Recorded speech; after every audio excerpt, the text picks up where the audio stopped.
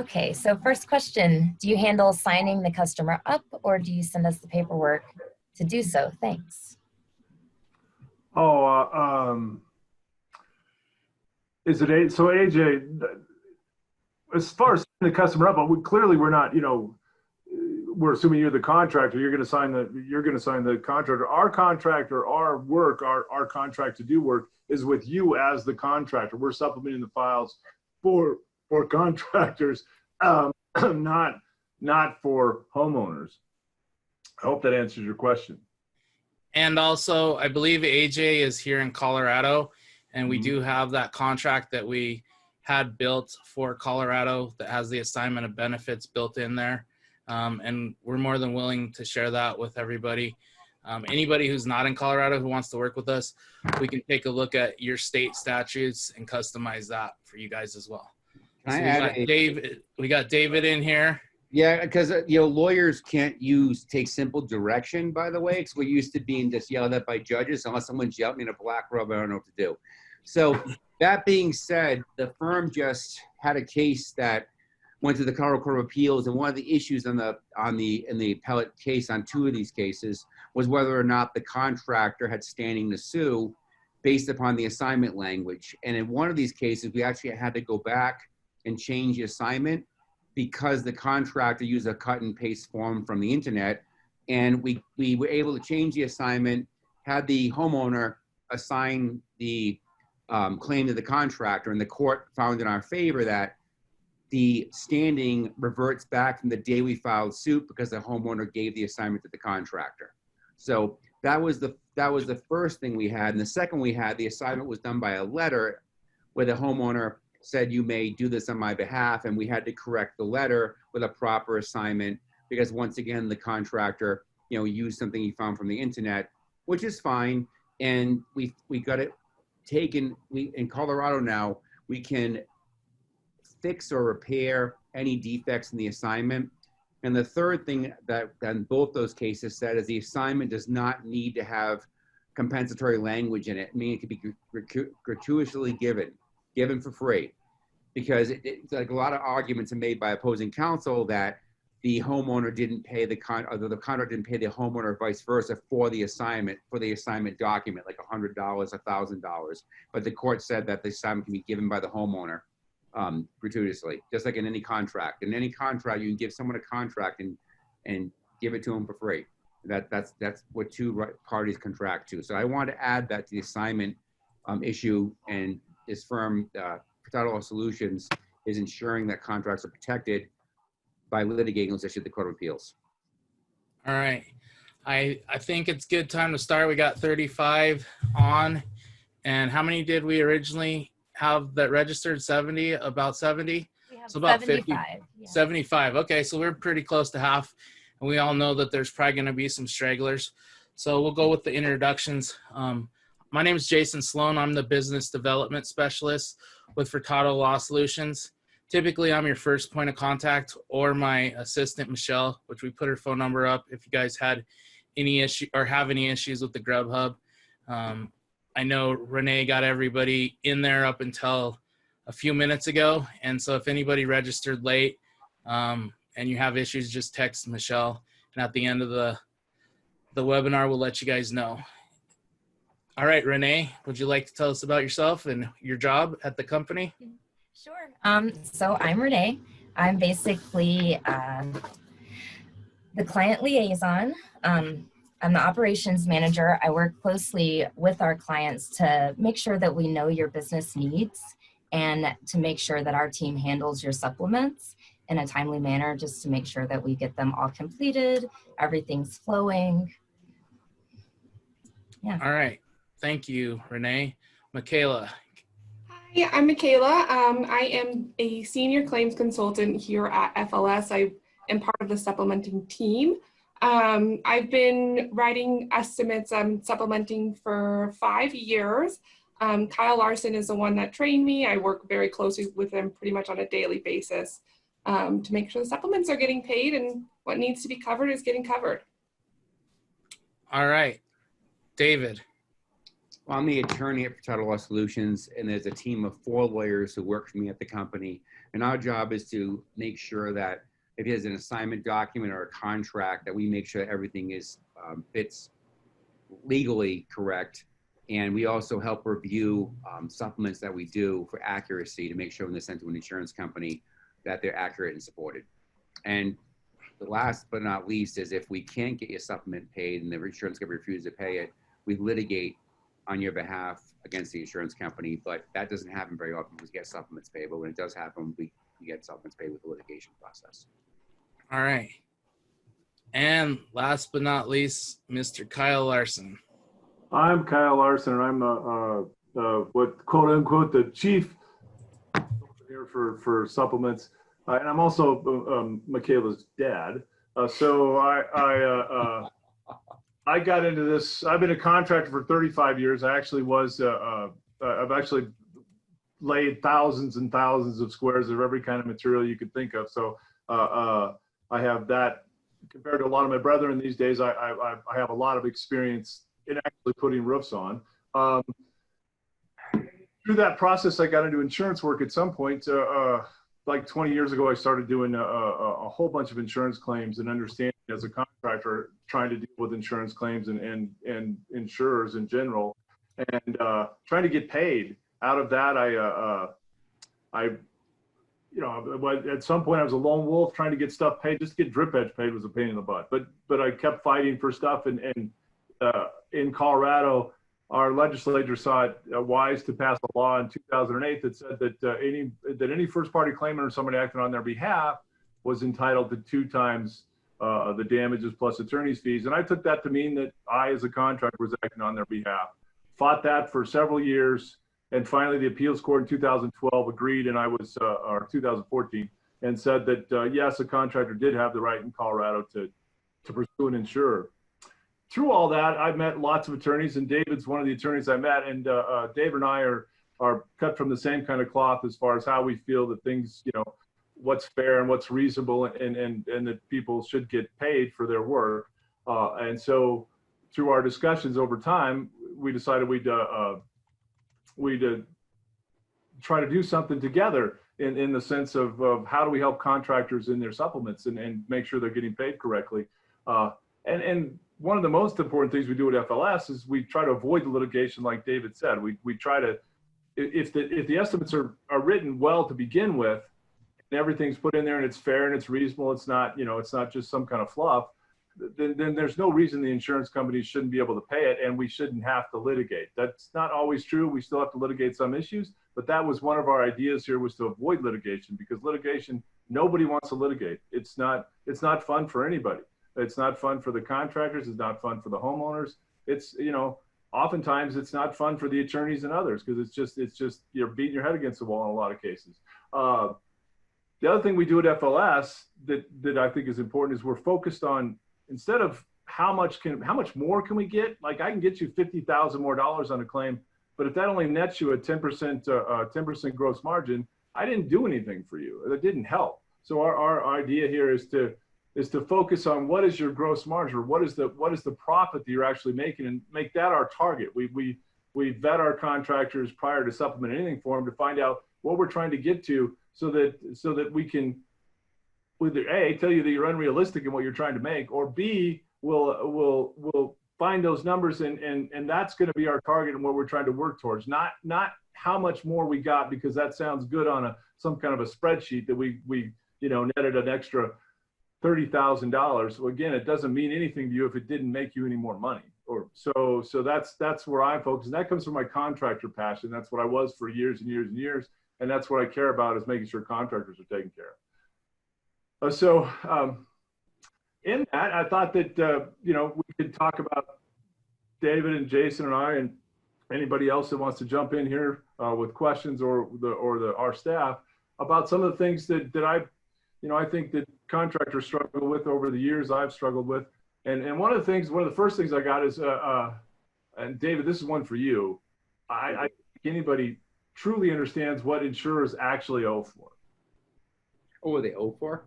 Yeah, what does an insurance company actually owe?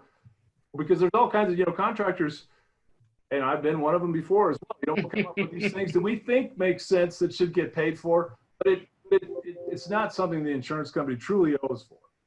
Well, that's the only advantage that we have at FLS is because we can interpret contract language because, you know, I'm an attorney.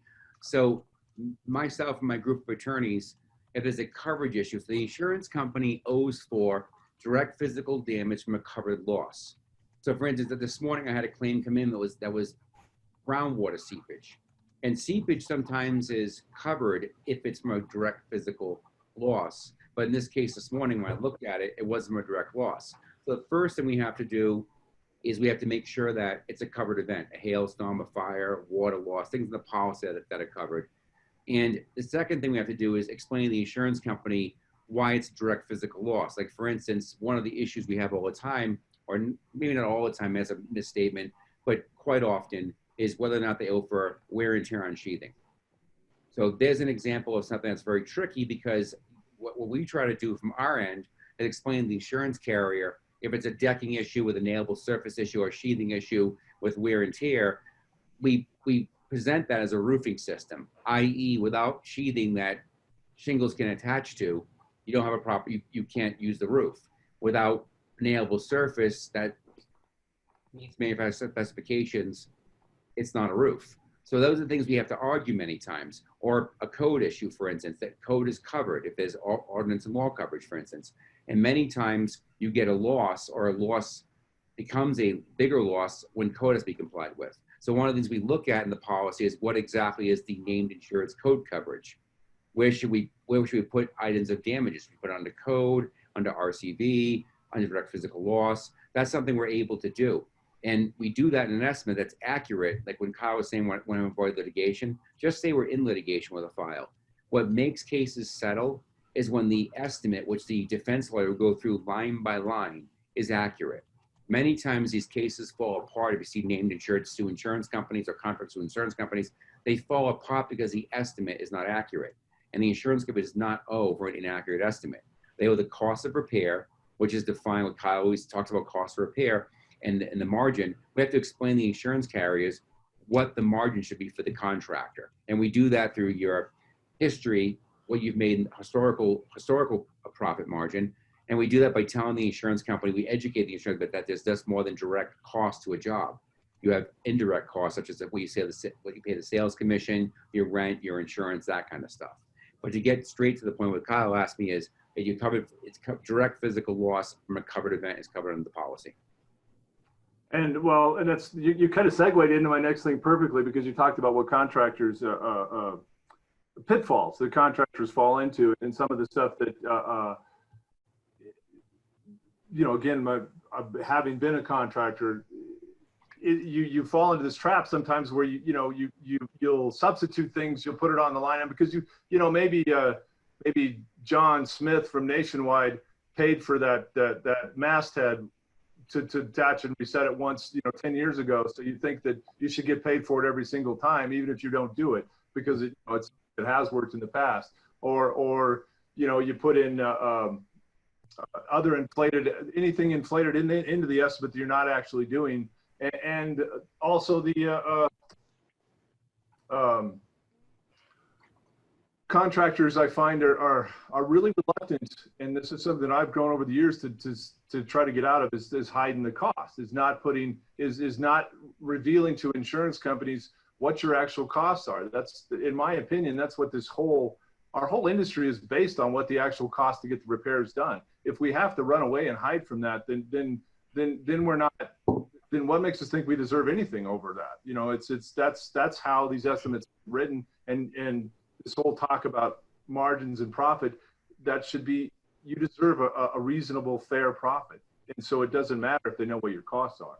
So I think, David, do you have thoughts on that? What pitfalls that you see from contractors? You see a lot of litigation stuff that we have to go over, where we found this landmine that showed up because of something the contractor or something that was put in there. They don't do it on purpose, but it happens.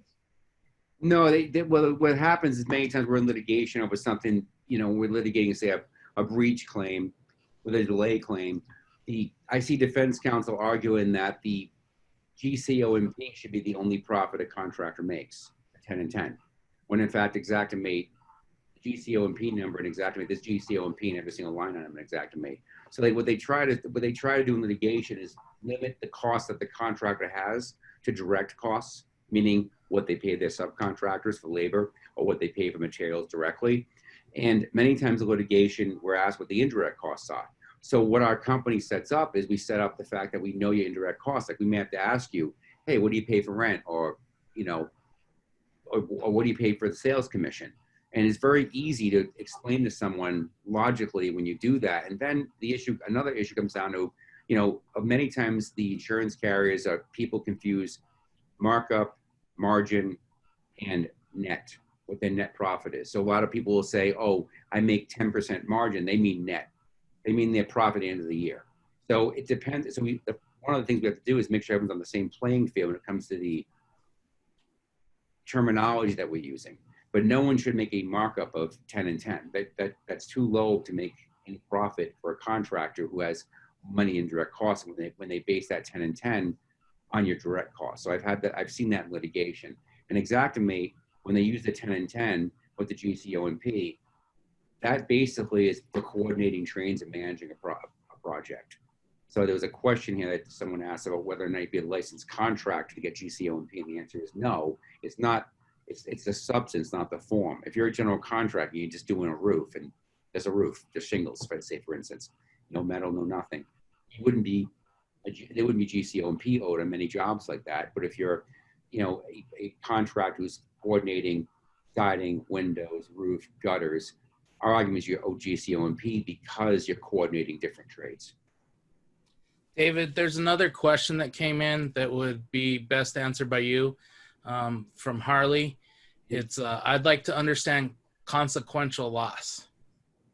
Consequential loss is like the issue I was talking with sheathing, where the roof is hit and then you rip the shingles off and then the sheathing underneath is damaged.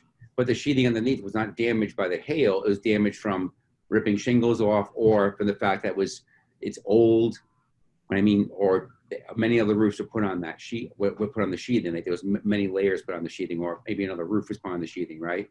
So basically the sheathing argument is a consequential loss argument, that because of the initial loss of the roof, you have a loss that should be covered because the sheathing's part of the roofing system. So I hope that answers that question, and I hope it's not being confused with efficient, what's called efficient proximate cause. Efficient proximate cause is when there's more than one more than one cause of loss. Like for instance, there's a fire. I'm handling a case now in California where we're arguing efficient proximate cause, where there's a fire and on the hillside, it burns all the brush and all the trees. Because of that, brush and trees and that kind of stuff holds the earth. Because of the fire, the earth moves. So I have a case that's in Santa Barbara, California right now, because I practice law in both California and Colorado. I'm licensed in also in Alabama, Massachusetts. I'm a patent attorney. But what the carrier is trying to say is they're not covering the earth movement, which affected the foundation. And I'm saying, no, it's from the fire. So it's an efficient proximate cause loss. They're trying to deny the earth movement as another cause of loss when in fact it came from the fire. So usually with efficient proximate cause, there's more than one cause, and whether or not each cause of loss is covered depends on the policy language. And what I'm saying is, in that case, and this goes back to consequential loss. No, the earth movement was a consequential loss to the fire. So it's two terminologies, and whoever asks the question, they can contact the firm whenever they wish to, and I answer that for free, and we help out. And that's one of the things we help out with a lot, is the difference between consequential loss and efficient proximate loss. And the case I just described, that's a consequential loss, but the carrier's trying to say it's efficient proximate loss. So it's just terminology that is well-defined in case law under the policy. And that's what we can do for you guys, because when you start talking that, you start talking coverages, and you start talking law. And one of the things that the insurance carriers do to contracts say, oh, you can't talk about coverage or law. And, I don't know, I have a different opinion of that. My opinion is people can read a policy. If the insurance can read it, the contractor can read it, but it's one of those technical issues, and we help out with that. And we also were able to base our analysis on case law and statutes to coincide with the policy language, and those are very specific cases. They're a case-by-case basis. I can't answer a question in general. I can give specific examples, and that's what we're good at. And just because you're not going to hire us to a supplement, we can give free legal advice and give you some advice. If you have a specific issue, just give us a call and we'll answer the issue. And to go with that, there is people, contractors, that they send us, you know, their difficult files that they're banging their head, and we're able to help them with that. Other contractors, we work on all their files. It just depends. So we're kind of like an a la carte type of system for a lot of contractors. So we have a question that's probably good for Mr. Kyle here from Dave. Have you seen that? Do you see that one? Which one is it? From Dave Mueller. No, I don't see it. Okay. So I was going to say, just push the Q&A part at the bottom and it makes a pop-up. Yes. Oh. Oh, I have a property in Denver that an insurance company won't pay for, added intake and take up vents and labor. I've provided the adjustment for the GF warranty requirements in the Denver code sheet. Well, you've got a problem in Denver with that. So because Denver, if it's on a re-roof, Denver doesn't enforce any ventilation code, and that's probably what you're up against more than anything, I would assume. So venting codes in general, you know, as long as it is a code, you can have success with that. And David, you might step in on this because I don't want to speak outside of my expertise, as it were. But as long as they have code upgrades in the policy, you know, you should be able to get paid for venting. However, again, in Denver, Denver has it published that they do not enforce any venting code for a re-roof. So it doesn't matter if there's no vents on the roof. In Denver, if you don't put any new vents, Denver's not going to write you up for not putting vents. And I've seen that issue. I had a case in front of Judge Pratt down in Arapahoe County. He's now retired. He's a mediator at DMS. We had an issue where the contractor went to the building department, and the building department told him that he had to put additional insulation in the roof to go to R40. And, you know, it was just basically that the old installation looked like there's a bunch of, you know, hair up there. It's really very odd looking. And then we're in the hearing over the issue. The code supervisor testified in open court that it's only for new builds, not, you know, restoration projects that are covered by insurance. So, you know, although I disagree with that, that's what the guy said in open court. And because of that, the judge found that they didn't owe for that, you know, the R40. Now, in California, I practice in, you know, mostly in Los Angeles County. In California, what the insurance carrier believes is once there is a corrective action issued by the, you know, city of Los Angeles or the county of Los Angeles, one of the cities in the county of Los Angeles, then they owe for it. And in LA, they enforce all those codes. So as always, if someone pulls a permit, they'll go out to the roof and they'll say, no, you need more vents. But Kyle is exactly right that although in Denver it's a code and that's a safety issue, you know, what I would do if I was you is I'd go down to the city and say, will you enforce this on my roof? And if they say yes to you, then you get that information to the insurance carrier. And that's something that, Kyle, that we should all look into as an industry, is why is Denver saying it doesn't apply to a re-roof, and some of these codes are safety and energy codes that should apply. Well, that's a great question, then, but which I will step in here on that. I mean, it's in Colorado, particularly in Denver, and I've been doing this, pushing for supplements for 20 years here in this, that the building departments are getting less and less and less willing to communicate. I mean, the chief building inspector for Denver will no longer even respond to my emails. He doesn't want to put anything in for writing. This is lots of building departments are now adopting this policy where they don't want to get in the middle of this stuff and put anything in writing that we're going to use when we submit it to the insurance companies, which I've been thinking about this recently because this is going on a lot. David, is there, I mean, the contractors, we're licensed contractors that have to know the code. The city officials, they're not even supposed to, by statute, interpret the code. They're just supposed to enforce the code. So who can a contractor, who could we, for that matter, who could we all lean on as the authority that everybody has to accept? Is it engineers? Could we pull it? Could I reference an engineer as he's interpreted this code to mean this, and then the city has to follow what he says and everybody else?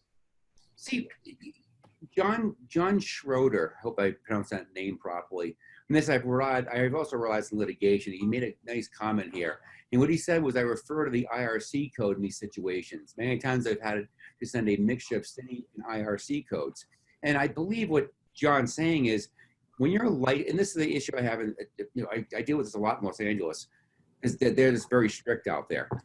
When you're the person pulling the permit and it's your responsibility, I believe that we litigate that and make them pay it. Because, if you're the person pulling the permit, you know what the IRC code is, you know what the city and county of Denver codes are, and you believe that you have to comply with code, and maybe the remedy for the homeowner to be, what you're worried about is someone suing you. You ignored IRC code, you ignored building code, and you should have done this, especially if it's a safety issue, especially if it's, especially a safety issue, venting and that kind of stuff, safety issues. It prevents mold from forming in houses, and it applies for airflow. And when you look at, say, the energy code issue, we all should be, being more efficient. But I think, like Kyle said, it's just this lobbying that goes on with the insurance industry, calling the code officials. But like Kyle said, there's no reason that a code official is interpreting a code, people behind the desk, and if it says it in plain English, this is the code, that's what you should be doing. So it's a tricky answer, because we've gotten them to pay code many times, and every so often there's someone that digs their heels in and doesn't pay code. But if I was a contractor personally, I would try to follow the code, because I wouldn't want, a lawyer using that against me if there's an issue with a homeowner, and you want to do the best job for a homeowner and you want to follow code. That's what everyone wants to do. And I believe if we're doing the right thing for the industry, like what I learned in that case down in front of Judge Pratt was, next time that Kyle hinted at, he's right, you call in an engineer and say, this is the reason for the code. These are the reasons for the code. This is why you have to follow the code. And I believe that's a good way of doing it. To actually ask for. I mean, at least in my experience, and I'm just kind of, we're spitballing here, but it seems to me that the city officials, they have to, if an engineer says this is code, they can't really argue with that either, can they? I mean, if I have an engineer that said that this is what the code says, then they kind of have to go with that, right? I'm not wrong there. Well, in a court of law, what I would do is I wouldn't call the code official next time. I called the engineer who said, right. Code, this is the code, this is what applies. The problem is, what you run into there is, especially with contractors trying to make a living, is it's hard for the contractor to be hiring engineers every single time. Like, let's look at the economic rule here. You don't want to hire an engineer and spend, a few $1,000s on an opinion. That gets expensive.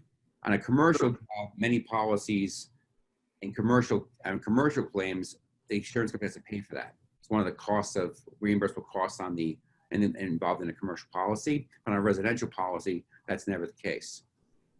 So that's the issue. Like, if I was a contractor and I wanted to grow, reputable business, I would do that, because I wouldn't want to have the problem with having someone sue me for a construction defect. Although you might be right, because Denver doesn't enforce this. My opinion is this is what I told the judge. If you're driving down Colorado Boulevard and the speed limit's 30, and you're doing 60, and there's no police officer there, doesn't mean the speed limit's is 60, it's 30. And when the police officer pulls you over one day and says, oh, your defense can't be, I drive on this road every 60 miles an hour and you never pull me over. You get past the police officer every day at 60. The day he decides to pull you over, she decides to pull you over and give you a ticket, there's no defense that, oh, you never gave me a ticket before. So what I'd be concerned with, if I was a contractor, is not going by code and IRC and manufacturer specifications, and then have a ramification for that later. All right. It looks like we do have another question here from Nicole Cortez, I think. I have a question. She wants to know about getting a second adjusters meeting. How do you, and I get this a lot, how do you compel, and I don't even know the answer, David, maybe you do. How do you compel the insurance company? They come out, they've wrote they disagree with the contractor. They're saying that they don't see the damage, whatever. Short of going to appraisal or having to pursue them, they're looking for us to somehow, how do they compel the insurance company to look at this thing again? I don't know if there's I seriously doubt there's a black and white or a methodology, but what advice do you have for Nicole on how to get them to come back out? What I've never had someone deny that from me when I handle claims for homeowners or contractors. I ask for a reinspection. I'll say, here's the reasons why. This is like, I think that she said there was houses, neighbors next to each other, same insurance policy. One got paid and one didn't. I would just tell the claims adjuster or the representative handling that case what the situation is. That in house A and house B, they're next to each other. They're how many feet apart. And one home, same insurance carrier, one home, everything gets paid. This home, it's the same damage and it should be paid. But I think that's just being persistent with asking for a reinspection and showing the documentation. We did have that one client of mine from a couple of years ago that happened, and they refused to reinspect. They refused appraisal. We put into litigation, and then they approved some of the stuff, and they ended up paying about twice, actually over twice as much of what we were asking once it settled. So every once in a while, they don't do a reinspection, unfortunately. But if you give them all the reasons, the data for the hail, your estimate and everything, that will help out a lot. And we can help you guys with that as well. To add to that, I'm sure, I did the litigation on the case. If you ask for a reinspection, give them reasons why they should be reinspecting, and they tell you no, that's not reasonable.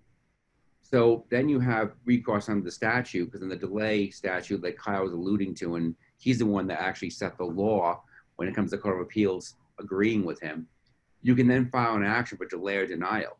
Or we can give you the assignment of claim assignment benefit form. The homeowner can assign the claim to you. And if you ask a reasonable request and they say no, we file a lawsuit on your behalf, which is on the homeowner's behalf, for the breach of contract and the delay and denial damage. And I think many times that the carriers do this behavior, they perform this way because they don't think anyone's going to sue them. And that's what the FLS model is. You guys concentrate on selling roofs and doing great work for your customers and doing amazing construction work. We concentrate on getting you paid, and it takes hours sometimes. And I think the insurance company just plays the odds that the roofer, rather he or she may be, or the contractor, regardless of whether she or he may be, people in those positions don't have time to be working on a few of the claims, arguing about these kind of issues, when you need to supervise crews, talk to homeowners, schedule jobs, and of course, market your practice or your business. So that's what we're good for. And I can tell you, if you give that case, to a competent supplementer or lawyer, they're going to get a reinspection on that roof, because it's reasonable to ask for a reinspection as long as you give an additional information. You can say please too. Please. Please. I've tried please. Please doesn't always work. I try to be, but I have learned. I don't know. One piece of advice I'll give everybody that's on here is I used to be the arguing, excuse my French, asshole to insurance companies and adjusters in general, and become a real arrogant at times. It doesn't help. It never did me any good. You can make your point and not be such a negative for them. I try to be nice, and I'll go ahead and I'll point out to them where they're wrong and why they're wrong, but I'll do it in a respectful way, because it doesn't do me any good to piss off that adjuster, whoever's on the other side. So that's, anybody that is talking to adjusters, do try to be, you need them to help you. You don't need them to hating you. That doesn't do you any good.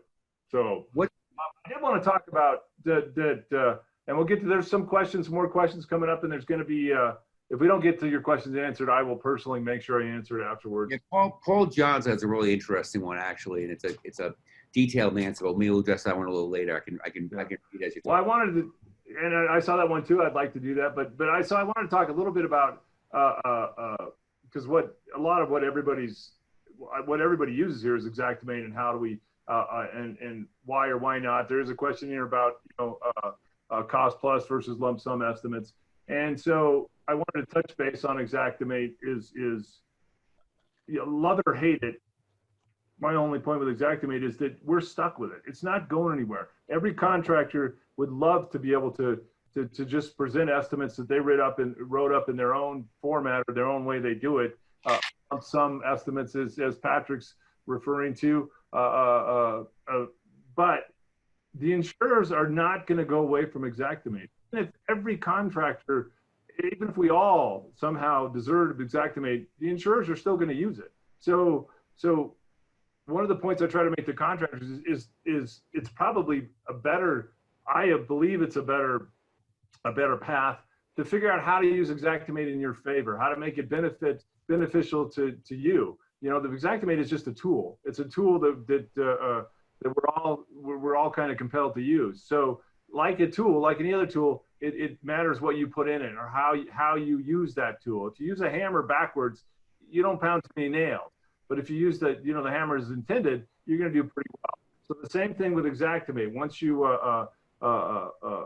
understand and accept that it's not going away from insurers, because it's not even the estimate. It's the estimated. It drives down the pricing, which is true, because they have it just reciprocates their low prices to begin with. But it's also the data that the insurers gain from Xactimate all across the country, all the claims, the history, so on and so forth. So they're not going to desert it no matter what. So in my opinion, we're stuck with it. So we need to learn how to make it work in our best favor. And that's part of what we do at FLS. We're gonna try to help you we're going to write your estimates for you. And one of the things we do at FLS is we will interview you and vet you as a contractor, find out what your costs, what your true costs are, what your cost for labor, what your workers' comp, so on and so forth. And then we'll reverse engineer a price list using Xactimate that reflects what your real costs are compared to what Xactimate is allowing for your costs, because that's where all your profit is in what your costs are of labor. Xactimate, the only place it has any profit is in the labor. So if they've got the labor wrong, generally on roofing, for instance, if they missed you by $1 in labor, you're losing $4 in revenue on top of that. So a total of $5. So if you start making, if they miss $1,000 in labor, you can see where it becomes gigantic, and it doesn't take long. So we will help you to overcome that. That's one of the things that we've worked very hard to figure out how to use the tool the insurance companies already accept, Xactimate, in a way that it was meant to be used per the white papers and all the other, any Xactimate experts will tell you, and then throw that back saying, look, we've done everything we're supposed to. This is based on true facts. So we need you to pay this now. And that's, again,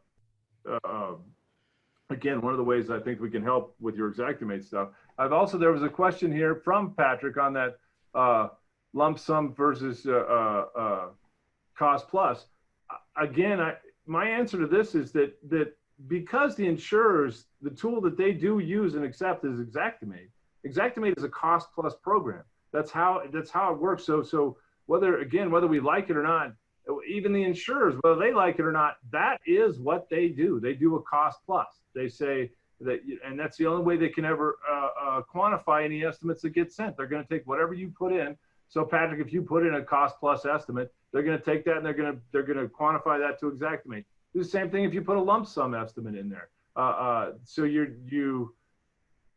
So I don't think it really matters what you write, because they're going to, the only tool they have to quantify your estimate is Xactimate. So I think that at the end of the day, you better be prepared to somehow help them, if you're not doing it yourself, help them to understand how this fits in the Xactimate software. And you don't want them in response to a lump sum demand, or whether not demand, but an estimate, to ask you, now to send me your subcontractor invoices. You don't want that. So watch what you wish for. So Xactimate is not a bad program. And sometimes I've seen where contractors get stubborn with insurance carriers, and the insurance carriers goes, well, and they say, oh, I bid this out. They say, okay, give me all your sub bids. And we all know that what they're going to do is they're going to take your sub bids and then maybe add 10 and 10 to it. And you don't want that, because they're paying just basically cost with no indirect cost. So Xactimate's a necessary evil. And what Kyle has, and he's taught Michaela and Renee and Jason to do this, he can adjust the Xactimate figures for what your labor really is. If you're in a different labor market, like for instance, we have some cases in Malibu, California, Venice Beach, California. Those places, Xactimate doesn't work. It's way, way, way too low, and there's only certain contractors, and then you have those losses in Marina Del Rey and places like that, and some in Denver where you have a home or like an apartment complex, and to get into the complex, you can only get there at 9 o'clock. You have to, in the morning, you have to leave by 4 o'clock in the afternoon, and it makes it for a whole different set of variables. But we can use Xactimate and change those variables to make it match what we're dealing with actual evidence from our end as to why we're varying the price on the Xactimate pricing. Kyle, you see the question about the engineer report? Yeah, can the cost, well, I think David kind of touched on this. It can Policies. be added to the estimate as cost incurred. It's, and David's saying in commercial ones, you've seen it happen. I've seen it happen on residential too. It just kind of depends. It depends, you know, insurance or not. There's no hard and fast rule that I've ran into. We've certainly been able to get engineering costs under certain conditions in residential where it was something where maybe I and the insurer were both a little confused as to if this thing, whatever it might be that we're talking about, needed to be done. Then, you know, then have an engineer settle that for us. We both had the question, so that they will typically, in my experience, pay for that kind of an engineer. That said, you know, could you count on it? No, I don't think you should. You shouldn't count on the insurance company without prior authorization. And that's how I would never do it any other way. If I expect them to pay for it, I'd say, look, I'm going to hire this guy, and will you pay this bill? I'll just put it to them straight, you know. And then if they, you know, yes or no, then we go from there. So, that's the answer is maybe.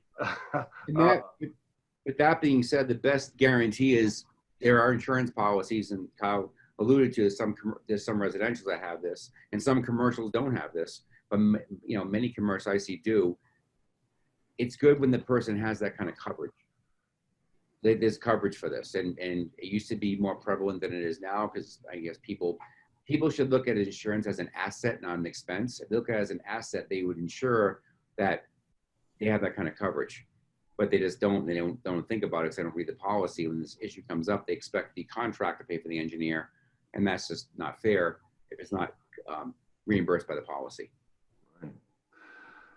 For sure. So we got a couple of these are some great questions that are coming. I'm jumping ahead a little bit to Rena's Westberg. So she starts about the RFG versus DMO rates. I have some strong opinions on the RFG versus DMO. I think that I know where this came from, and I know the guy. I even know personally the guy who wrote the first paper about RFG versus DMO at C3. He's the whole concept that RFG on the tear-off is required is fine, because you are using roofers. I totally get that. It's a roofer that's doing that. Nobody has a separate demo crew. The issue becomes, what are you actually paying? Because going back to what I said before, insurance companies, whether they know it or not, it's a cost-based program. So they're gonna, if they're smart, they'll ask you what your cost for the labor were to get the roof torn off. And if the Xactimate program they're using is allowing enough money for labor to do that, then why would they have any compelling reason to switch? Right now in Colorado, tearing off a shingle roof and putting it back on, off and on, Xactimate something in this, I think it's $60 a square for labor, which is a little low compared to what most contractors around here is paying $75, $80 a square for labor. However, all of the additional money that comes in the RFG versus DMO switch is not in the labor. It's in the labor overhead. It's in the actual profit that gets put into that. And that's where the problem, I think, would come in trying to litigate something like this. It would, because it's not about you had any additional cost that they didn't account for. They don't account for workers' comp correctly, but that only makes a few pennies difference on the per square price for labor. So in the short, my opinion is it's a losing argument to try to say you're going to switch it from DMO to RFG. And I think if somebody really looks into it, they'll find out that it's not what you really need. What you really need is that they get your labor paid correctly to begin with, because if they are, then that takes care of itself. You don't need that clever RFG versus DMO switch. What you need them to do is accept what your actual labor costs are, pay you the correct amount of profit on top of that, per what their own estimating software says. And then this RFG DMO thing is no longer even an issue. So I've certainly put it on estimates before, but I'll tell you my success rate, like most anybody, has probably been, well, way less than 1%. So there's nobody that has an answer for how to get that paid, because you can't just put it that way without some kind of a justification to where you had additional costs compared to your other roofing, some other roofing company that wasn't asking for it. Where's your justification for needing it is if I were a adjuster, that's what I would say. And that's how I try to approach it, is I try to figure out, okay, what's the logic behind this? How do we make this something that maybe we could actually get? What are we really looking for? Everything, there's a guy in here asking about O&P and when to get it paid as well. Everything everything any of us contracts ever want to know is, how do we get paid more? All we're really trying to do is how do we manipulate the software and the things that we're in the middle of to get paid to get paid a fair and reasonable margin. That's all anybody really wants. These are all, again, just tools that this RFG DMO thing comes out and everybody thinks, okay, now I can do this, plug this in, the insurance is just going to magically pay it. Well, there's no golden bullet or golden ticket. There's no way to get, the O&P every single time. It's impossible. O&P is such a, there's no answer to what O&P really is or when they really put it in there. It's complexity and coordination, whatever the hell that is. So every job is complex and needs lots of coordination, if you ask me. If I'm doing my grandma's shed in the backyard, I got to watch her dog. I got to, neighbors out there doesn't want me in the backyard, whatever. There's complexity and coordination to everything. So I don't think that's an argument for O&P. And all of these things, again, are just driving you what you're really after. It's just to get a fair and reasonable margin. If Xactimate and insurers, if the estimates they wrote to begin with came with a 40% or 40% plus gross margin, I wouldn't have a job, and none of you would need to have this seminar. If you were getting paid, if you knew guaranteed you're going to do an insurance job, you're going to get a 45% gross margin, there would never be an argument with the insurance companies ever. So this is what it's all about. It's just getting you paid correctly, or getting us all paid correctly. So, and that's what Furtado Law Solutions tries to do. That's why we've developed some of these strategies. We're talking about the custom price list, is those are the ways that we're going to help you to get you paid correctly. Because that's, at the end of the day, that is the truth. It's this contractor just wants to be paid enough to be able to have a sustainable company and keep the people he has employed. And it's not, I don't think that's outrageous. And I don't think anybody should see that as an outlandish demand at all. And that's the fact that we have to use these stupid tools or these crazy tools that mostly just benefit the insurance side. It's unfortunate that's where we're at. There are billions and billions of dollars worth of revenue and income, and they're not, they don't give a crap about Mr. Kyle Larson or David Furtado or everybody on this webinar. We are merely a tiny grain of sand in one beach inside their universe. So we're nothing comparatively. So we learn to adapt and do the best we can with the tools that we're provided, and try to make the best, the best outcome for the contractors that we possibly can. Kyle, can you go over AJ's question? AJ, in the past, I worked with a lawyer for a claim that they required a certain dollar amount. Well, it's going to kind of be for David. So David, they're asking, you can see it there clearly. Is there a requirement, 10,000? Is it 50,000? What is Furtado Law? If they're going to litigate a case, how much does it need to be? Okay. I said this before when I first got on, I don't know who was on the webinar. We just got a great opinion from the Court of Appeals on 2 cases regarding AOBs and how they can be done post, like say I file a lawsuit and during the litigation, someone says the assignment of claim or the assignment of benefits form is faulty in some way. We can fix that during litigation. They also made the ruling that it can be gratuitously given, in other words, for no money. And to make the answer blunt, that case was over one of the cases was $7,000, one was over $5,000. So it wasn't a lot of money. Sometimes it's not about the money. Sometimes it's about proving a point to get the future money. And quite honestly, sometimes the smaller cases settle easier because it's economics to an insurance company.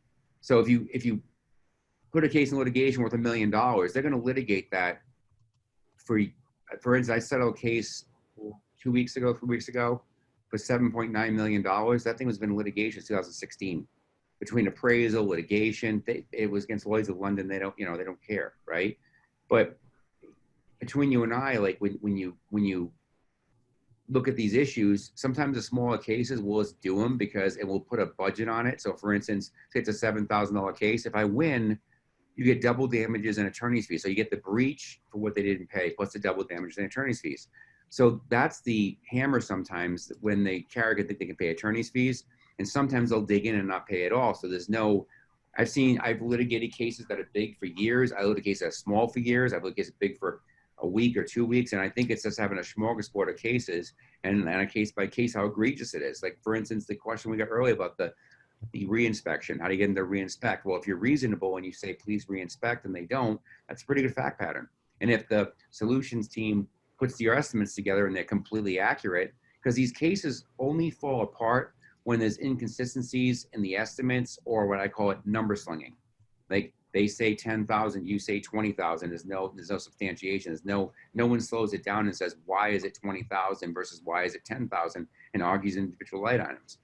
The cases I've litigated that Kyle and Michaela and Renee and my team has gone through, we litigated successfully because there's never an argument that, oh, this line item, you didn't use chutes. You threw the shingles off the top of the roof, for instance, because it was a landscaping issue. We don't run into that. So when the case is really clean, it doesn't take a lot of time to litigate them. You can litigate them very efficiently.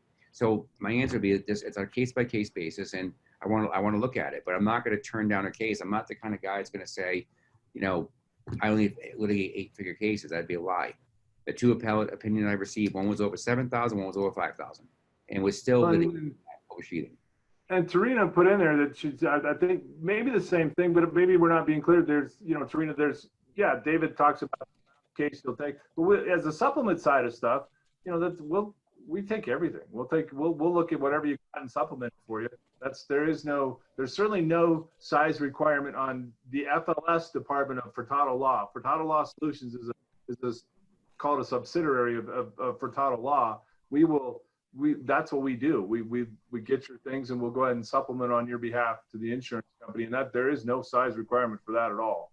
And in fact, if I'm looking at a claim for you guys and I don't think there's anything we're going to be able to do, we're just going to tell you that there's no need. You don't need us. We're not going to take on your stuff if there's not some need for as well. But if we can help, we'll certainly jump in and do that. Okay, and then Kyle, there was a couple questions about OMP. I think kind of went over that, but if you want to look at those questions real quick. Let's see, what were the other? It's basically that someone's asked about the language to get it paid on every claim. It's wording about getting OMP for every claim, and the answer there is there's no magic words. What we do is we basically, as the insurance companies move the goalposts, we move close to the goalposts. Like Kyle was saying, it's complexity of trades now. All of a sudden, before it was 3 trades, now it's complexity of trades. I was a claims adjuster before I went to law school, and back then we had claims manuals that would fill shelves, and there'd be a specific direction as to how to do things. And what I've seen in litigation over the past 23 years of my career is those claims manuals or best practices manuals, they don't address it. They'll say it's on a case-by-case basis. One of them I just read was case-by-case basis, and one of them says it depends on where you are geographically, and those aren't standards. If the insurance carrier can't list when they pay O&P, it's not an insurance industry standard. Well, and David, we as a company, as Furtado Law Solutions, understanding that O&P is such a hot button, and it's just impossible, and a nearly impossible thing to deal with. It just wastes a lot of time. I build the estimates so that we'll put O&P on some of them, but we're trying to build what the O&P is into the line items themselves. So when we're vetting the contractors, we're finding out their costs. We're building the margin to include. We're not. I guess you could say we're including O&P, but all what we're really doing is just finding out what your gross margin needs to be and making sure that the line items themselves provide that without O&P. Now that said, there is some. If we get a very complex claim where there's a bunch of stuff, we're still going to do it on a custom price list, and maybe we'll put O&P on top of that too, because maybe there's a whole nother level that maybe does require O&P, but but we're trying to, as a company, get away from this whole O&P debate, because it's just, Michaela could jump in here on this one and speak about how much time she spends talking to adjusters about O&P or trying to convince them, or when adjusters immediately coming on the phone, the first thing they'll say to people is and we're not going to pay the O&P. We're not going to pay the O&P. So it's And if I could jump in for a second. Go ahead, please do. Just like I think I could probably write a book on different arguments, what you could say to an adjuster on how to get O&P paid. And the bottom line is, and I think they touched on this before, that for every insurance company, between insurance companies, within insurance companies, their standards are different between different claims. You could have like a very similar claim and they paid O&P on that one, but on the other one. So, and Kyle said this with this custom price list, we're getting away from this argument altogether, because the bottom line is, why are you really adding O&P to your claim? Are you just trying to make sure you're making enough money to stay in business? So I think someone also mentioned, like, how do you input some indirect costs into the line item so that you can get your indirect costs covered? If we have those indirect costs, we can input that into the custom price list to make sure that you guys are making enough money to get all of your costs covered and still have some profit in there. So like any normal business, you can stay in business and grow and be profitable. And with these custom price lists, we're able to help these contractors that use good subs. It may be a painter and you're paying the $5,000 that would have got paid with Xactimate. Well, we're able to show that and use that custom price list and show, hey, as the GC, we're supposed to be making a profit here. So we need to do that. So a lot of the roofers don't want to do any of the extra trades, because why? You're not making money. They're not paying O&P because there was no interior damage and everything else. Well, with this, it gives us the correct argument to be able to give you that. And then you're able to, instead of having to sell 1,000 jobs, you could sell less jobs and still make the same or more money. There was a question there was a Troy Nordic asked this question: what can we do when carriers refuse to accept appraisal demands? Well, they can only refuse to accept appraisal demand if the language of the policy says they must agree to appraisal. I think some of the ISO forms don't have that, but if it doesn't say that, then they can't refuse it. And what we do is you just call us and we file a motion to enforce appraisal. We'd file that in the court, and the court would enforce appraisal and make both sides pick an appraiser. So that's the answer to that question. They can't. So if there's an issue there, give us a call and let's look at the policy you're dealing with. There might be although the language of when they were refused appraisal. And I wanted to segue into the O&P argument. I've seen lots of contractors, when they can't get GC O&P, just demand appraisal and try to get it that way. So I've seen that as another way of getting GC O&P. Okay. What about the Paul Johnson question? Homeowner had a $2,500 deductible. He told him to skip billing for gutter detachment, reset, drip edge, bunch of other items. I think the short answer is he's asking if the homeowner should get the ACV no matter what.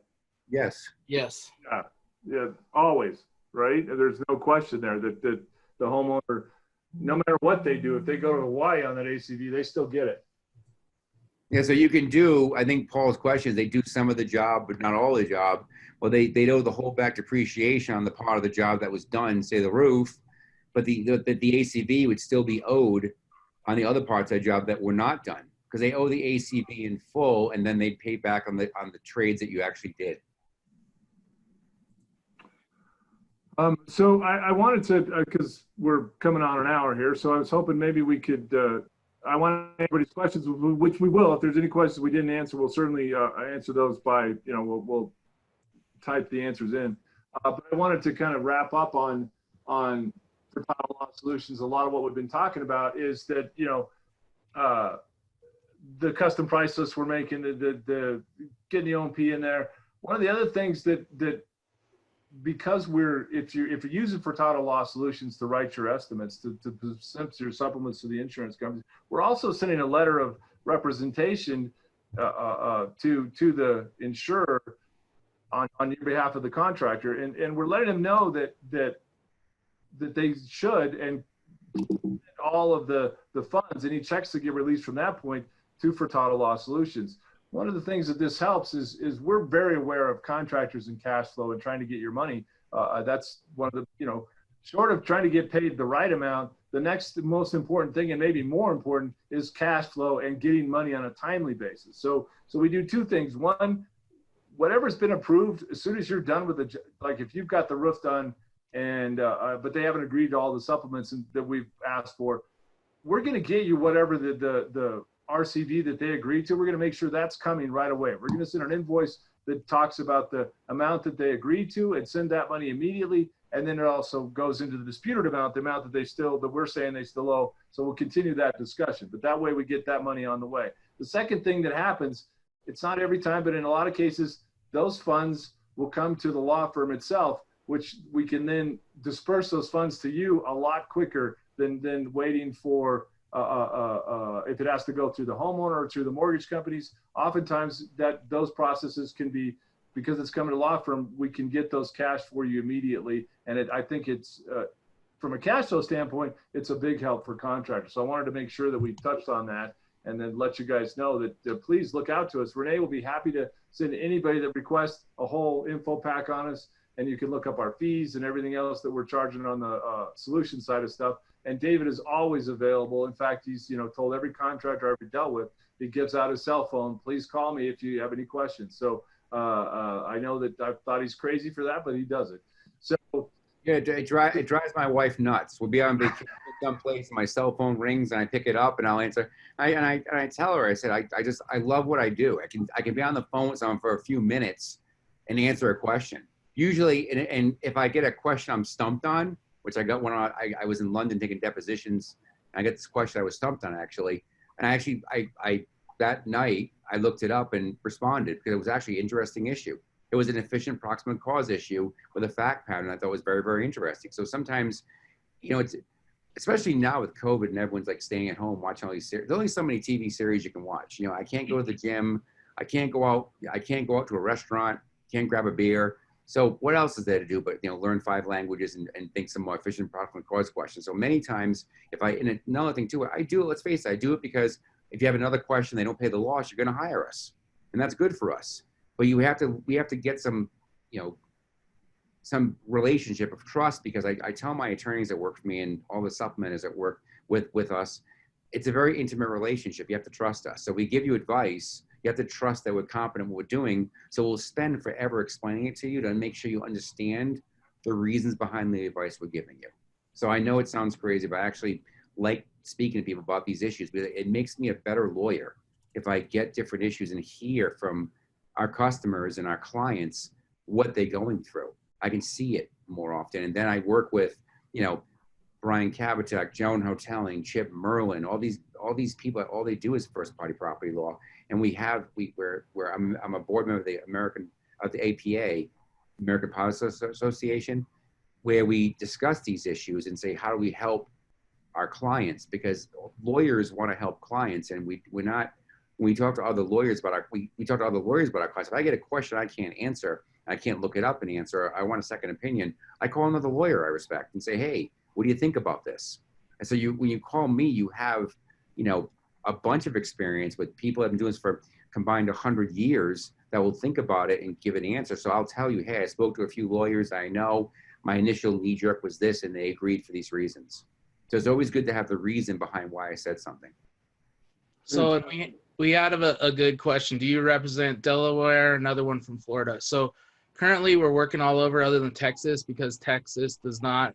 We're actually, Jason, I want to correct you there. We're actually taking some files from Texas now. Okay, we are taking some files from Texas. However, it's a little bit different. Well, it's going to be weird in both Florida and Texas. So okay. Be some.